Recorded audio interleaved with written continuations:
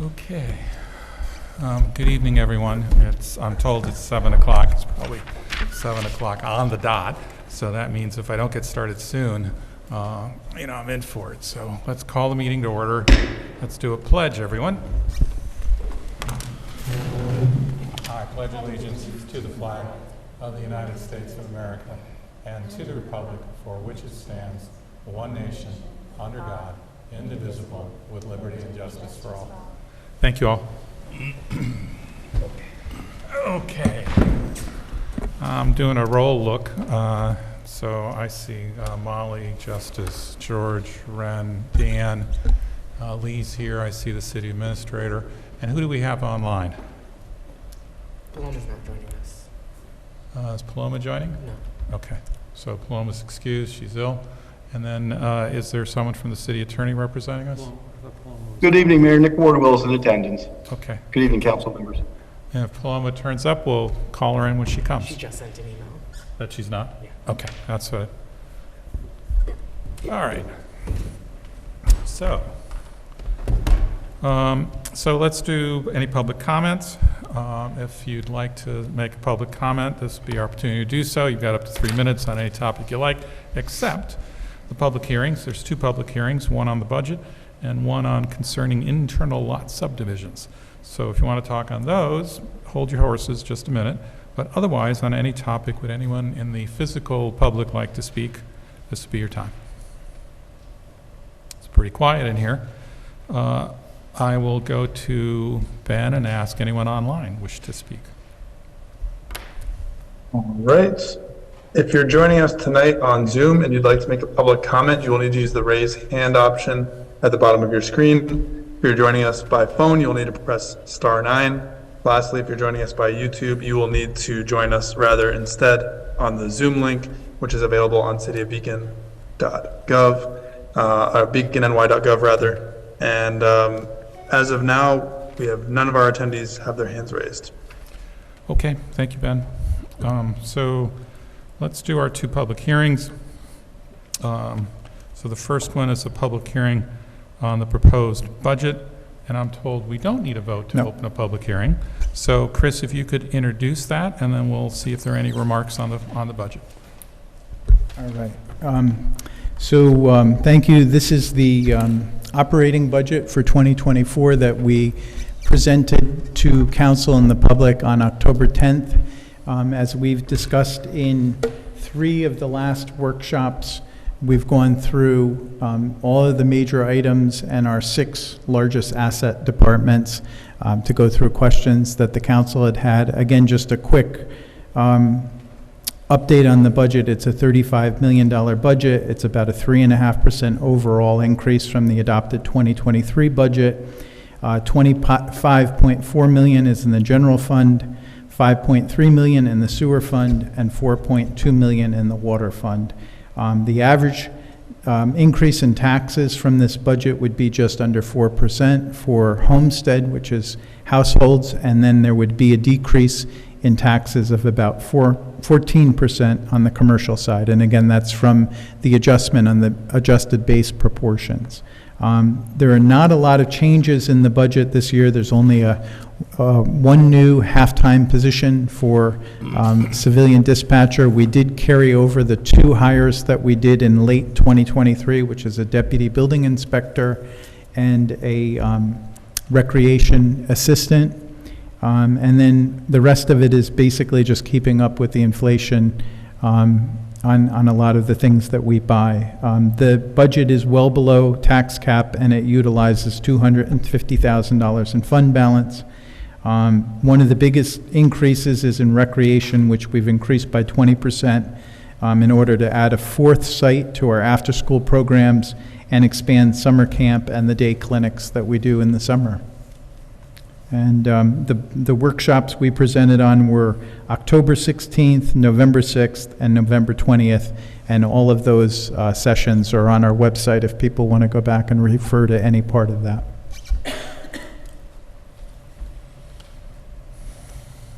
Okay, so I've opened the public hearing on the budget. If there's anyone in the physical public who'd like to make a comment on the budget, this would be your opportunity to do so. don't all rush up to the podium all at once. Not seeing a lot of people physically present this evening. Then anyone in the virtual audience want to speak on the budget? Mayor, you have no hands raised online. Okay. So it's pretty quiet. What's the council's interest? We have the option of closing We're- the public hearing? Or Yeah, we're not voting on this until our next voting workshop on the 11th, or voting meeting on the 11th, is that correct? We haven't scheduled a vote for it yet. It depends on what you want to do. You have voting sessions on December 11th and then another one on the 18th. Okay, we have two in a row. Yeah, my feeling is, I appreciate that so far there has been no comment made that has, greatly influenced the direction of the budget, but if we are not voting on it tonight, then I see no harm in adjourning this until at least the 11th. And we can decide. I guess we have to pick a date, so adjourn it to the 11th. And I would personally be happy to vote on this on the 11th, given where we are in the process. Is So that a motion? I wanted to just get the sense before I made a motion, if Okay. there's other people I before I. fully support that. Okay. And I would second that motion. That I will make a motion then to adjourn the public hearing until December 11th. Second. All right, so I think I heard Molly make a motion. I heard 2 seconds, but I think Justice was first. Any discussion on that? Otherwise, all in favor? Aye. Anyone opposed? Do we have anyone online? I'm not hearing anyone, so I'll stop asking. Okay, so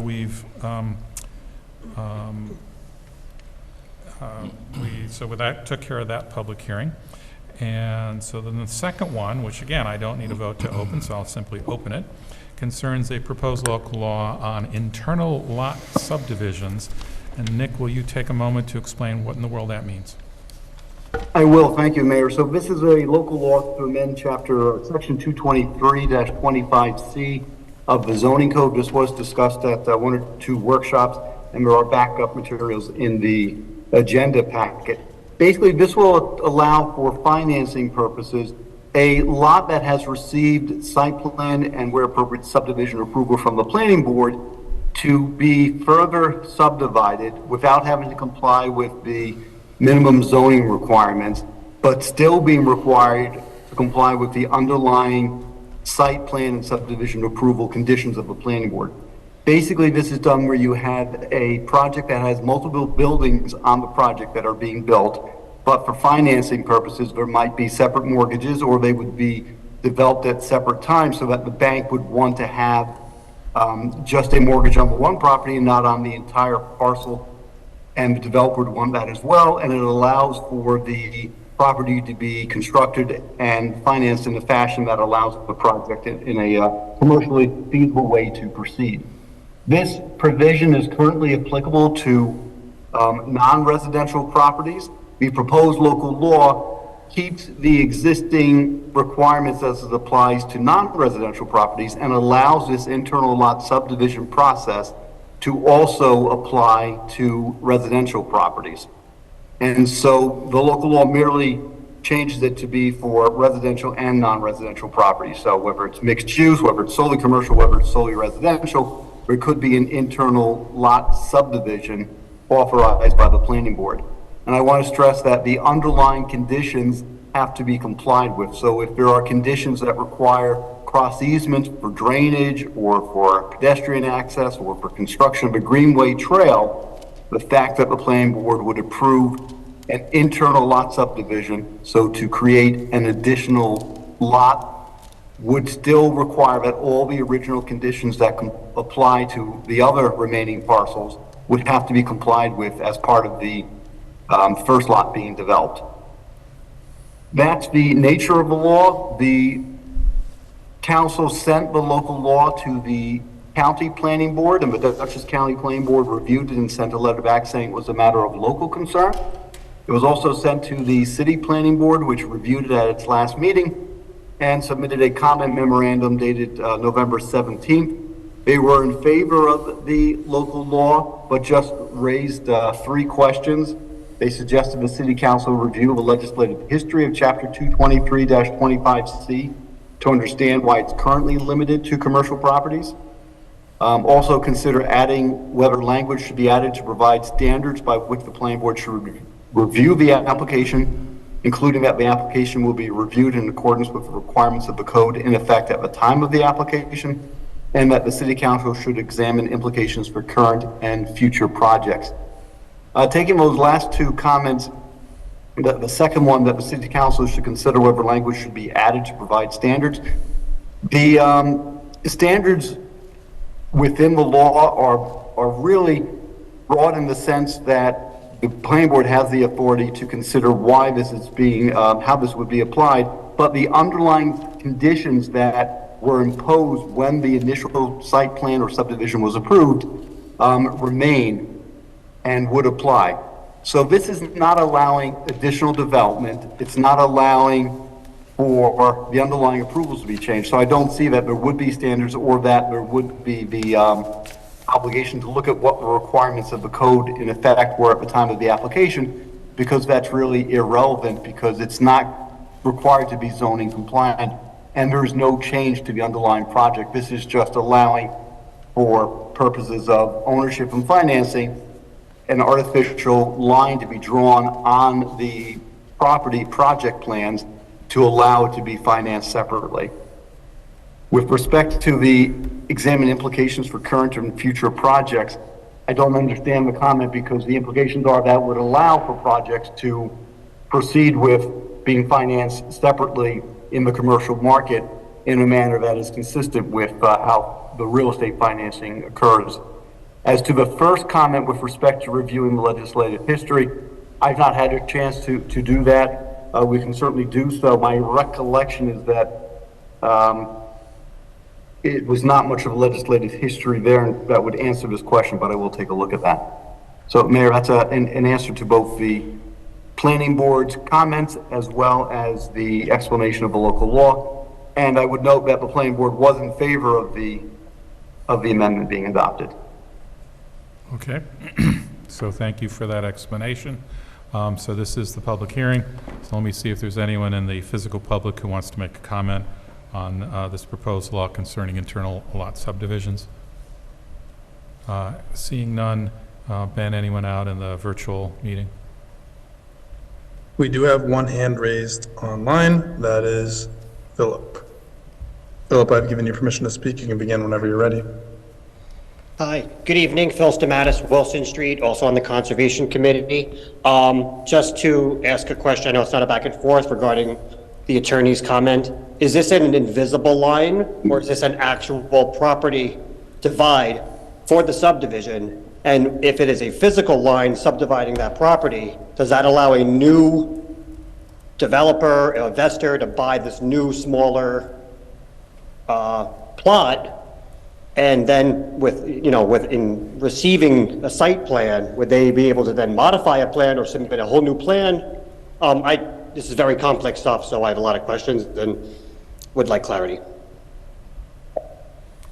Okay. Thank you. Let me suggest that we have that in our discussion later on the local law. Is it down below? No, it's not. I don't think we're voting on We're not it voting today, on it so I think for the purposes of, I have similar questions, and I know that this letter was just added because of the holidays, so I would make a motion to adjourn our public hearing until December 11th, as we'll need to discuss this. Okay, let me just confirm there are no other comments. Yes. Okay. Any other public comments on this particular hearing? Ben? No further hands raised online, Mayor. Fine. Now I will make my motion to adjourn this. I appreciate giving the public a chance, just so we have a chance to discuss what the planning board, their questions, our experts' opinions on what we should or shouldn't do with the law, and then we can, and that way too the public has a chance to comment on it once we've had a chance to ask our questions as well. All right, I got no issue there, although I do think this is purely technical, and we will discover it's of no consequence. But that's fine. If that's the motion, I'm looking for a second. Second. Okay, that's Molly and Ren. Any discussion on on adjourning the public hearing until December 11th? Correct. And I would ask that we add this to discussion of next week. Great, thank you. It's on there. All right. And then all in favor of so adjourning? Aye. Aye. Anyone opposed? All right. Let's do reports. Who wants to start? I'll just leave it open. I will. All right. Just a reminder as we head into holiday season to please prioritize shopping on Main Street. As you know, a lot of businesses are coming out of the pandemic and are struggling to hang on. So before you decide to spend your money on Amazon or the mall, please try Main Street first. That's all. Thanks. All right. Let's go this way. Okay. Tonight, I will be reading a report on behalf of my fellow council member, Paloma Wake. In follow-up to my comments last week expressing disappointment with Congressman Pat Ryan's censure of Congresswoman Tlaib and his prevailing rhetoric around the ongoing genocide in Palestine, I would like to share a summary of my comments to Congressman Ryan during a recent lobbying call, which called for, among other things, an immediate ceasefire or halt of hostilities in Palestine, which is now tentatively in place, and a call for a change in rhetoric that stops conflating calls for Palestinian freedom and critiques of Israeli apartheid with anti-Semitism, which we all unequivocally condemn. We also called for him to condemn acts of Islamophobia and Palestinian genocide with the same vigor as his righteous condemnations of anti-Semitism. Congressman, I am speaking to you as a fellow elected official and from the city of Beacon, which you have rightly invested a lot in, and you know is an active constituency in your district. You also know that your district includes the indigenous ancestral homelands of the Mohican, Lenape, Wappinger, and Mohawk people who either have diplomatic ties to or are a part of the Haudenosaunee Confederacy, the longest-running democracy in the world, recognized by the UN and recognized by our founding fathers in their time as inspiration for our founding documents. It should not be lost on you that as officers of American democracy, we must understand the lineage of settler colonialism that built this country as it stands today and take into account our failures in the enterprise and current affairs, not repeating or perpetuating mistakes of the past. On one of the last days of Native American Heritage Month and days after the National Day of Mourning, which recognizes the true history of the genocidal Dutch encounter with Native peoples in our region, I ask all Beaconites to reflect on the systems of power and control which separates us as everyday citizens from an honest relationship with the land.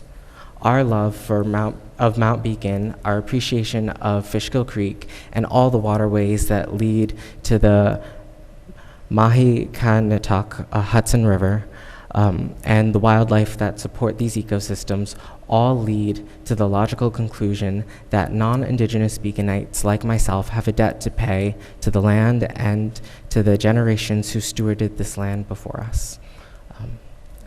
That was from Paloma, and that is all I have. Okay, thank you. Thanks, Justice.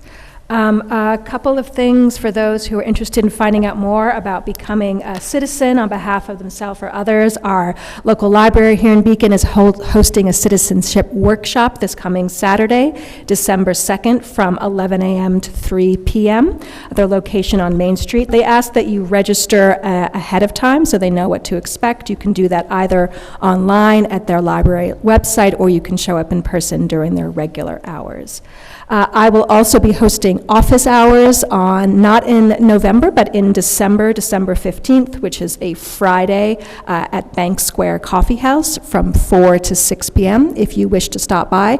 Or if it doesn't work for you, please feel free to reach out to me and we can find time to connect separately. And lastly, I'm excited to see that the work at Tompkins Terrace, which we approved the pilot for, is beginning. They hope to have some model apartments ready soon I know that there have been some impacts too to residents, so particularly if you are a resident of Tompkins Terrace and have any questions, I continue to be in contact with Related. So if you have, who are the owners of the property, so if you have any questions that you want to talk to me about and you haven't been able to talk to someone at management, or you want to get just a different voice than them, feel free to reach out to me as well, and I'd be happy to connect. And that's it, and I will pass it to Ren. No comments at this time, except just thank you, Paloma, for those powerful words, and I agree. Thank you. Dan? Thanks. So just one thing for me, December 7th from 7 o'clock to 8:30 at the Rec Center, we'll be hosting an event called How Do I Electrify? That will help folks figure out how they can switch from burning fossil fuels to electric power, whether it's your vehicle, your home, your heat, or anything, any of your appliances. So again, that'll be we'll be joined by folks from organizations that know, including NYSERDA. So you'll be getting really good answers to your questions, and you can ask specific questions about your own home. Again, that's December 7th, Thursday, December 7th, from 7 to 8:30 at the Rec Center. Thanks. Okay. Just a couple of things. One, I had the pleasure to attend the winter holiday kickoff event on Saturday at Memorial Park. I just want to thank the rec department and all the volunteers who participated in putting a great event together. Also the highway department for some of the work they did along the way. We had a new evergreen planted there that was big enough to serve as our for our tree lighting, and they got the trench dug and power laid to it just in time. So I said, all in all, a good event. It got a little cold after it got dark, but otherwise it was okay. Then I've got one other thing, which is just to announce a committee, so let me just read my way through that. So as mayor, I am creating an ad hoc committee to develop conceptual ideas for the northeast section of the city of Beacon around and including Fishkill Avenue, also known as State Route 52, which I am calling the Fishkill Avenue Corridor Concepts Committee. That's about 1 or 2 words too long, might shorten it down. Let me provide you substantive details and then process details. Substantively, the objective is in conjunction with the city planner to develop concepts, drawings, and recommendations for the Fishkill Avenue corridor, including future rail trail alongside State Route 52, the connector to Mattawan Road, linkage to Beacon Lofts, and Fishkill Creek and the Greenway Trail. In terms of scope, this is not just about Fishkill Avenue, rather it's for the northeast section of Beacon along that route, including State Route 52 from Blackburn to the city line, a future rail trail from the East Main Street Bridge to the city line, the potential access road from 52 to Mattawan Road to our local high school and middle school and to Camp Beacon, a private road, Mill Street, to the Beacon Lofts on Mason Drive, the Greenway Trail from East Main Street to the city line, and the Bridge Street Bridge. Considerations along the way. So this is not a comprehensive list of considerations, but for Fishkill Avenue, the questions include what future streetscapes are we looking for along this road, recognizing that it is a main thoroughfare into and out of Beacon. In terms of design standards, what are appropriate building standards, e.g. proximity to street, sidewalks, look and feel. Commercial and residential components, do we want mixed-use residential and commercial, including affordable housing, noting that affordable housing is likely also to be considered citywide. Are there considerations for commercial or residential space, for instance, where parking goes, drive-through service? Access to Mattawan Road. What is an appropriate access route from State Route 52 to Mattawan Road and to the high school, the middle school, and Camp Beacon? What are the potential transit, bike, and pedestrian connections? If any additional surplus state land becomes available, what might be the appropriate uses for those surplus lands, including light industrial or affordable housing development? For rail trail, bike, pedestrian, and transit, how should a proposed rail trail adjacent to State Route 52 be incorporated into concepts? What are appropriate bike routes? Could transit routes reach Matawan Road? In terms of transit, bike, and pedestrian, so I've got to repeat, I've got to edit this, sorry. What opened up areas for residential access? Oh, that's just a delete, sorry. It's not quite finalized. I will finalize it tomorrow. In terms of neighboring residences, what considerations are there for residential properties adjacent to State Route 52? In terms of pocket park and view sheds, could a pocket park be developed alongside the rail trail? What spots along Route 52 might be appropriate as view sheds? In terms of the private road on that's now called Mill Street, how should the currently private Mill Street be incorporated into concepts? And then finally, on Fishkill Creek and Bridge Street Bridge and the Greenway, how should access to Fishkill Creek, including the Bridge Street Bridge and the Greenway Trail, be incorporated into concepts? So those are the questions I'm asking the group to look at. In terms of process details, in terms of members, I think the right number is 9 to 11. People may apply. It will include residential neighbors, businesses, and the rest of the community. Council members, of course, are welcome to make recommendations. In terms of chair, I've asked J.C. Calderon, who's an architect and a former planning board member, to chair the group. In terms of time frame, I would like to set a 6-month target and a 9-month maximum. We can make more time if you make the case. In terms of frequency, I would recommend they meet every 2 weeks in order to move it along. In terms of resources, the city planner and/or other professional planning resources will advise and support and may recommend specific expertise as needed. Council workshops. So at the start of the effort, the mayor will invite the committee to a city council workshop for a briefing on the origin of this effort and a summary of discussion. In terms of data collection, the city planner will provide maps, property dimensions, zoning, etc. I would encourage them to definitely walk the sites, possibly multiple times. In terms of community input, the committee will determine the best means to receive community input, which could be public comments early on and input to potential concepts once developed. The city will assist with timing and logistics. And then finally, in terms of a starting point, some initial materials are available which the city planner can assemble.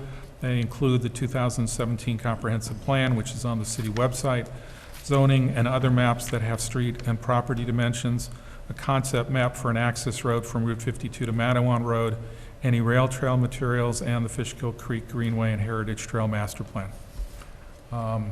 And I will make a few corrections and then submit that to everybody.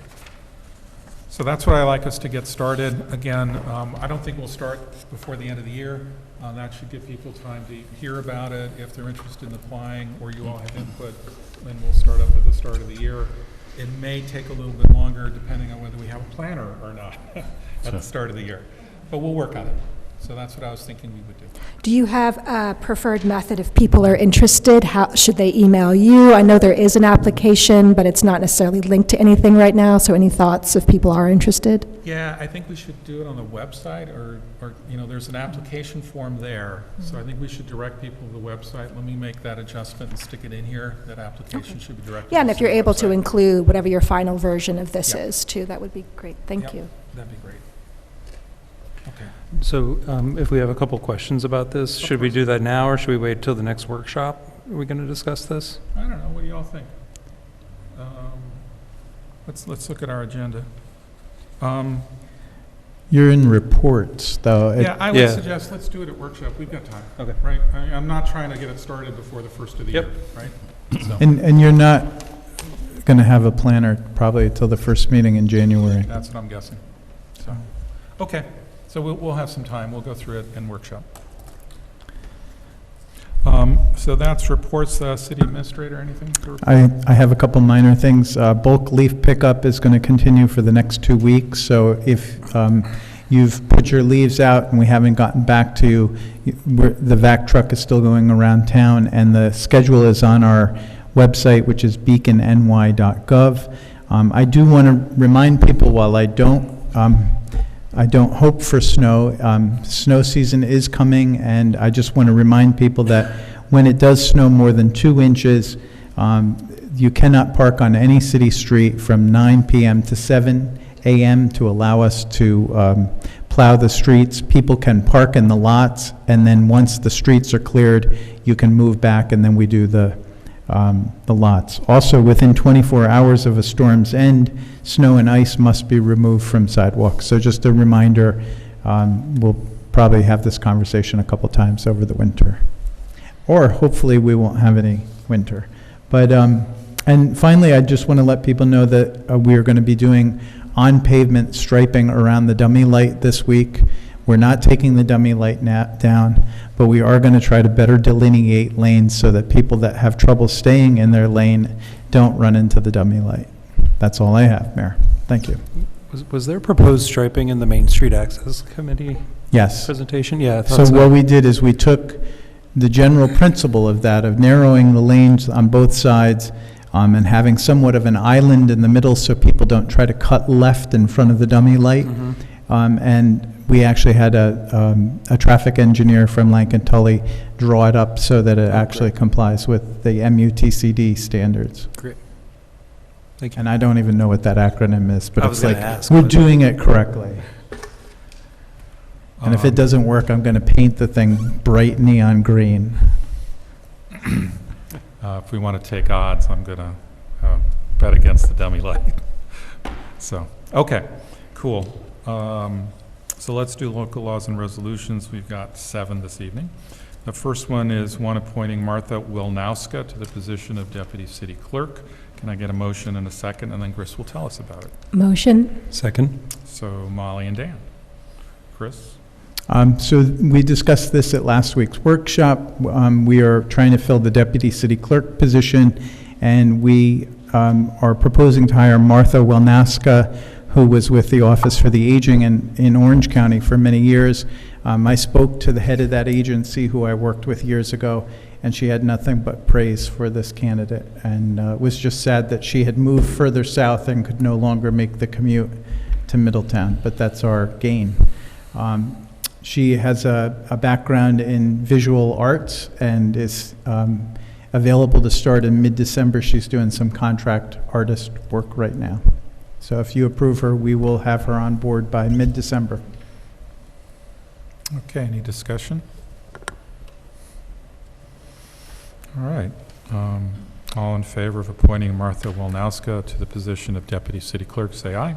Aye. Anyone opposed? Okay. The next one is a resolution authorizing the city administrator to execute an agreement.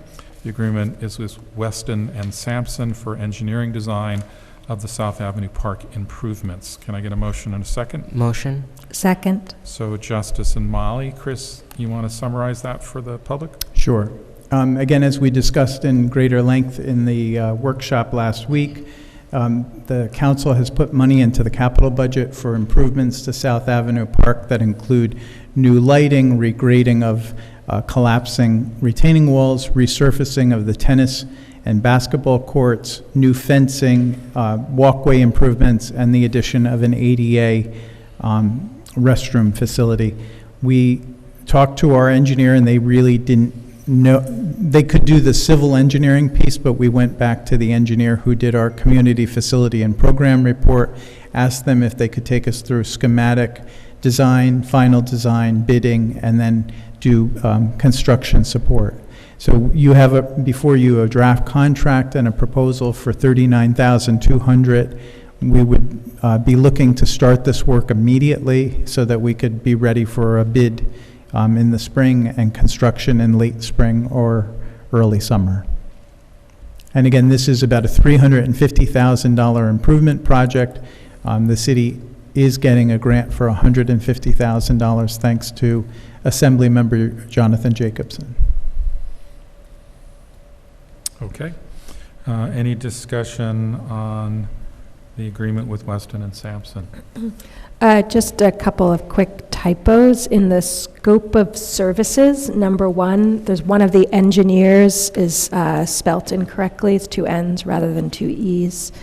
And then I think there's an extra "and" in when we get to the resolution before the "now therefore."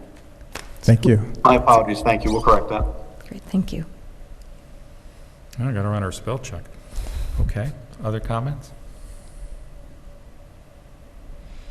All right. So, all in favor of authorizing the city administrator on the agreement with Weston and Sampson for South Avenue Park improvements, say aye. Aye. Anyone opposed? Great, thank you. All right, the next one is a resolution authorizing the administrator to execute an agreement with Community Compost Company for organic waste pickup and composting. I need a motion and a second. Motion? Second. Justice and Molly. Chris, will you tell us a little bit about this for the public? I'd love to.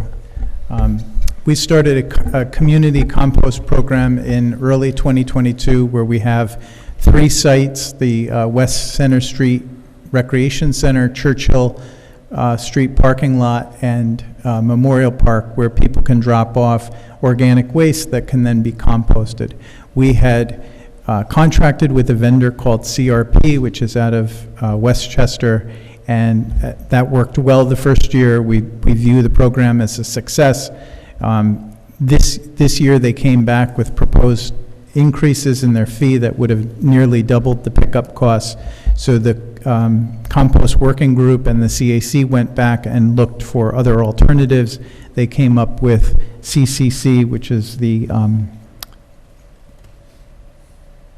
Community Compost Company, and they're based in Ulster County, and they already have accounts in Beacon that they come and service and pick up on Thursdays. So we're going to piggyback on those private services, and as a result, we'll both save money and reduce the emissions from having dedicated trucks coming out of Westchester.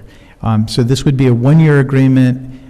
It also helps us avoid having to have the plastic liners because they will clean the toters as they dump them, which has been one of the issues that we've been wrangling with a little bit. Any comments? Just the same minor typo at the and before the now, therefore in the resolution. But otherwise, this sounds like a good deal for us. Very good. We'll fix that. Thank you, Ben. The one thing I heard, so my family does composting, and we keep the compostable bags in our, places that we collect, and then our kids take them to the facility.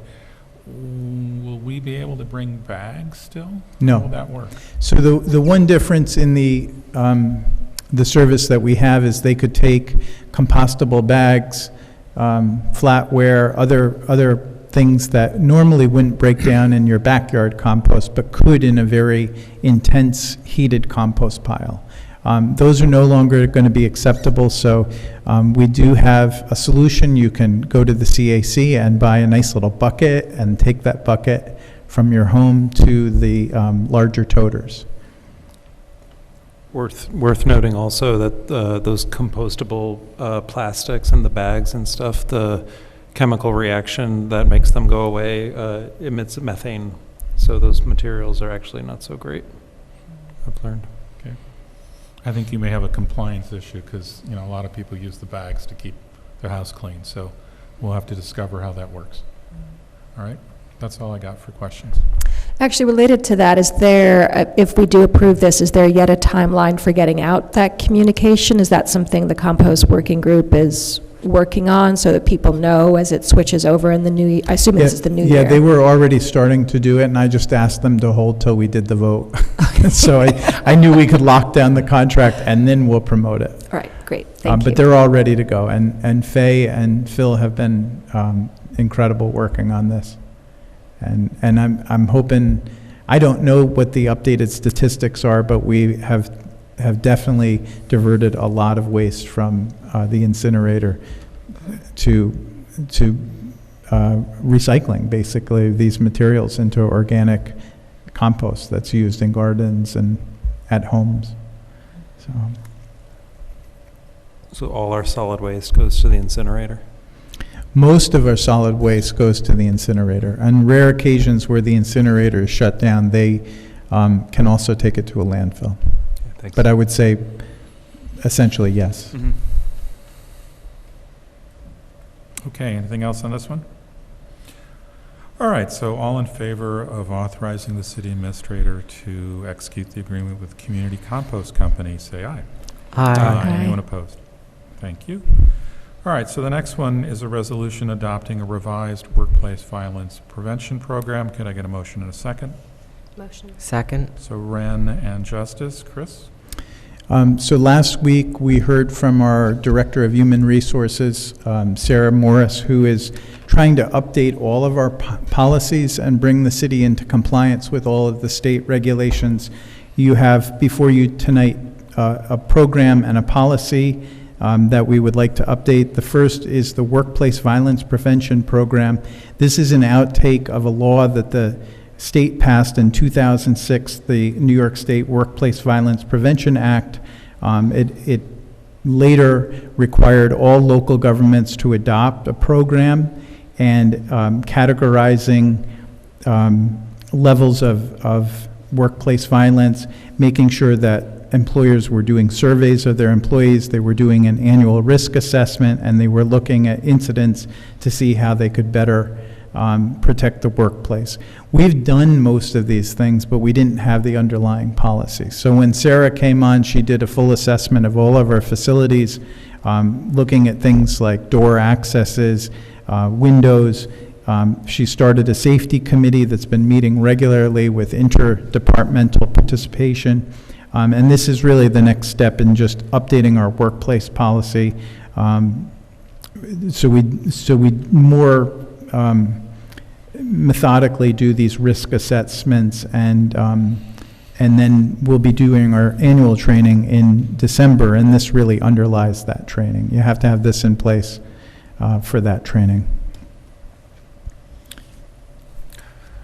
Thanks for this, Chris, and I really appreciate Sarah taking the lead on this. I think it all looks good. I just want one piece of feedback about process. I think it would be very helpful if the next time City Council is reviewing a document that's been updated, if we could do track changes so we can find the edits. Because in the absence of the earlier version of these documents, we don't really know what's being changed. Right. So we're reading the whole thing, and we may be giving feedback on something that we shouldn't be. No, that's good feedback.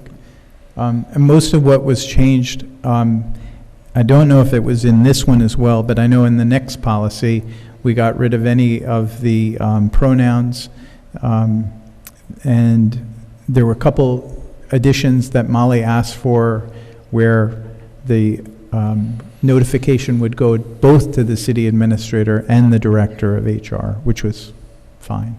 It's perfect. But we will track those as we have that from now on. I have a question, I think it's probably for you, Nick. It's right at the start of the policy statement around prohibited from possessing firearms or weapons. And I was, first of all, wasn't sure of the intent of this, because it says you can't possess them with the intent to inflict harm, and then talks about an employee who has them, they should be reported. I wasn't sure, especially given New York's new open carry laws, about whether or not this is saying even if you have a license, you cannot bring it onto city property, or if we find that you did with the intent to inflict harm, then you're in violation of our policy. And what page is that on? Sorry, this is on page 3 of the policy and 147 of the packet. It's the third paragraph once the Section 1 introduction policy statement starts. And I bring it up because I assume we probably or might at least have some city employees who have the license to carry weapons, and I don't know if this is a change in city policy, to Dan's point as well. It's not. We don't allow people who have permits to bring their weapons into our facilities. Okay. Except for the police, who are, clearly the exception. Okay. Yeah, then I wonder about that wording, Yeah. Nick, because it seems to come across as only if you intend to inflict harm, which I'm assuming most of our employees don't intend to do that when they bring their weapon. Maybe clarifying that so they're clear that they should not bring their weapons to their work if they work for the city. Understood. We can make a correction to clarify that. I would still recommend you can adopt it tonight, and we'll work with Sarah on clarifying that language. Sure, thank you. Thank you for bringing that to our attention.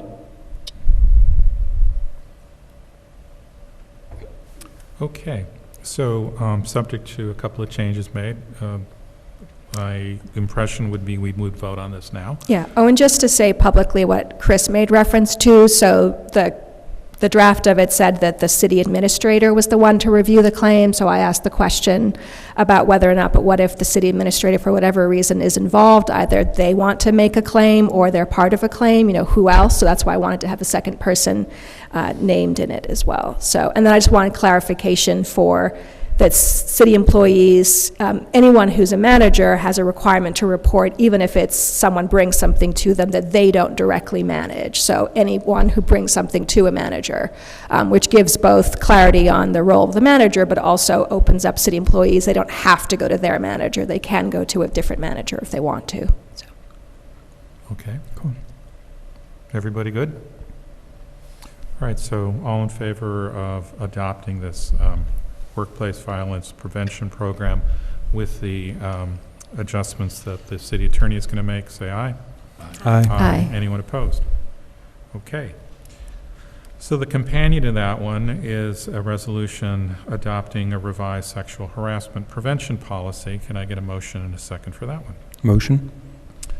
Second. Dan and Justice. And then Chris, will you tell us about this one? Yes, the city adopted a sexual harassment policy back in 2019. The state has put out guidance to update policies based on more robustly protecting gender identity, gender expression, and sexual orientation. The changes also included details, examples of what constitutes sexual harassment, clarifies that it doesn't need to be pervasive or severe. It really is about how the victim perceives it and how a reasonable person would perceive it. Every 4 years, the Department of Labor now takes a look at this policy and asks for updates. And so we're just bringing this up to speed with the recommendations that have been made since we last adopted it. And again, we did change the binary pronouns and added in the complaint form, I think, per Molly's request, so it's all in one place. It was Paloma, but yes, Paloma. I appreciate that. Thank you, Paloma. Any comments, questions? Okay, so all in favor of adopting the revised sexual harassment prevention policy, say aye. Aye. Anyone opposed? Thank you.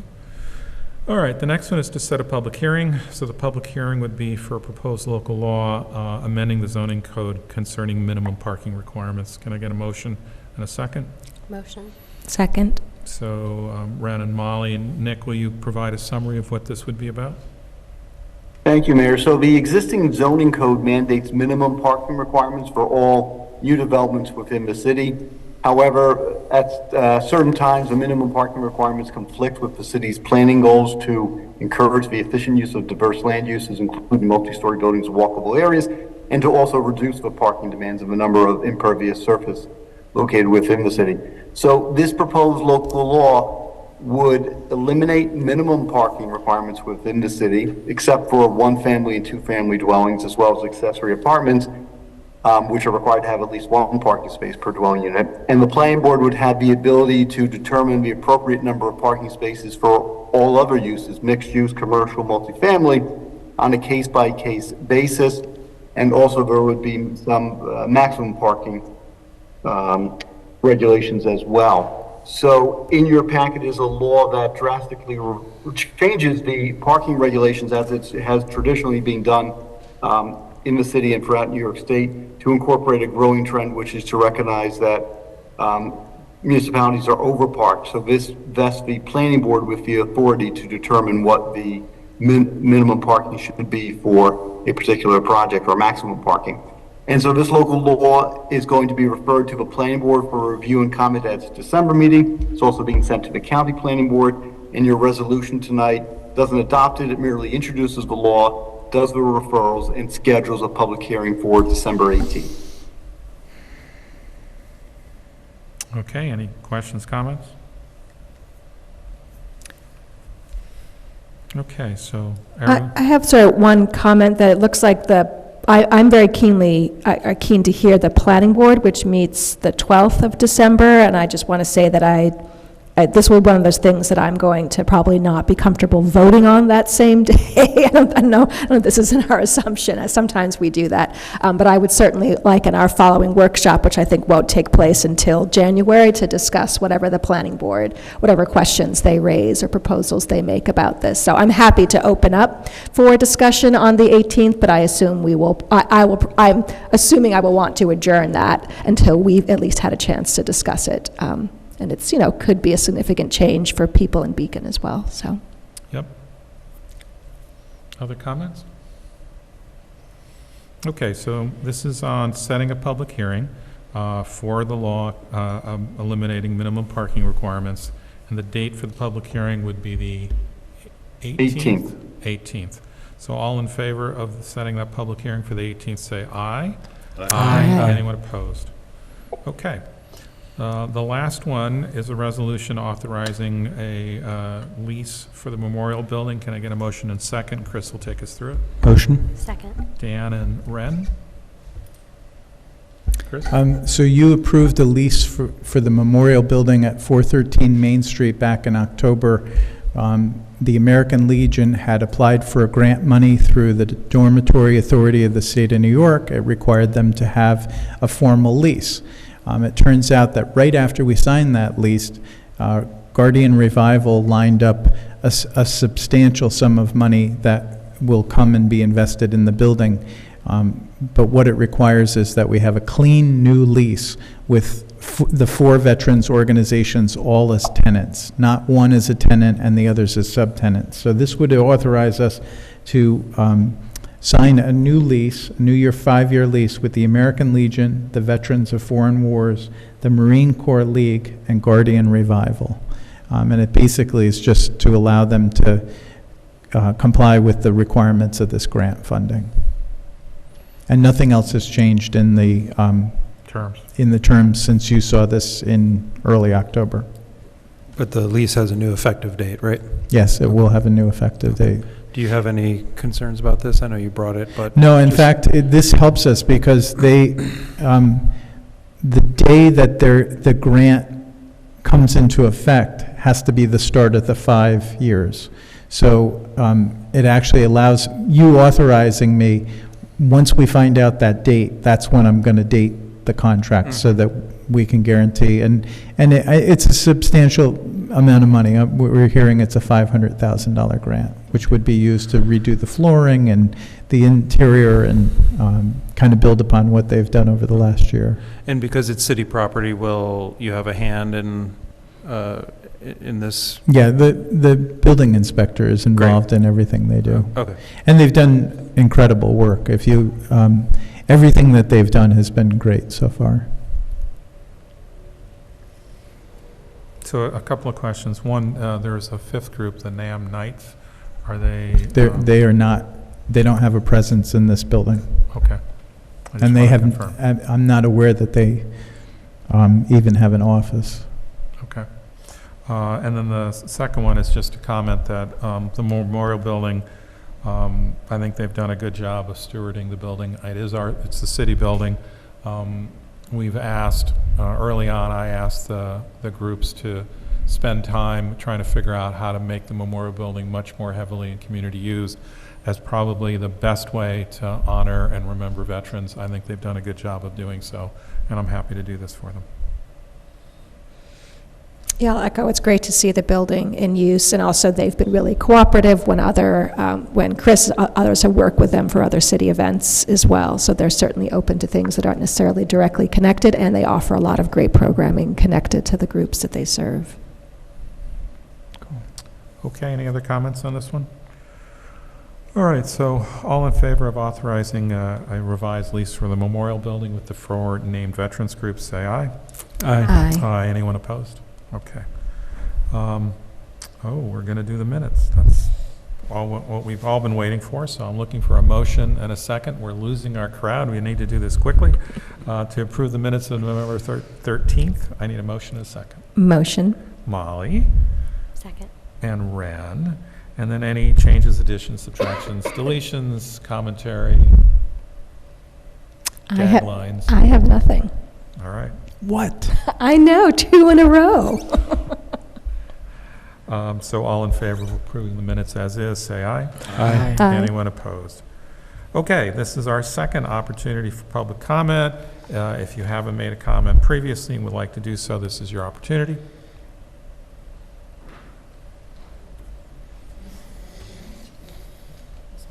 I would have voted. Okay. I raced here for the public hearings. Contrary to hearing our taxes have not gone up much, the onslaught of overdevelopment is making our tax increase disappropriately based on the return on services. It's gentrifying people we know out of town. It's making it unaffordable to live here for so many people. We should all benefit from the development, not suffer from it. I am opposed to eliminating current parking requirements for new development as proposed at last week's workshop. I had to run out for that crime scene. Following the suggested redacted current code is not the solution. It is only giving more power to the developers. Parking throughout the city of Beacon is already a major issue. I hear it every day from residents and tourists alike. The volume of traffic on my own road has exploded in the last 2 years, adding large volumes of commercial trucks and tractor trailers bypassing Washington Avenue to get to Main Street has caused increased road noise, dirt, dust, and land shifting is evident. And I wish the council would focus more on the issues that impact every resident of Beacon and not try to save the worldwide issues from this table. I know we're all doing it from our own tables. Thank you. Thank you. Anyone else with a comment? Ben, out in the virtual world, anyone want to make a comment? Last chance. No hands online? I will entertain a motion to adjourn. Motion to adjourn? Dan, Second. Molly, all in favor? Aye. Aye. Anyone opposed? Okay. Thank you all and good night. Thanks, Nick. Thanks, Nick. Thank you.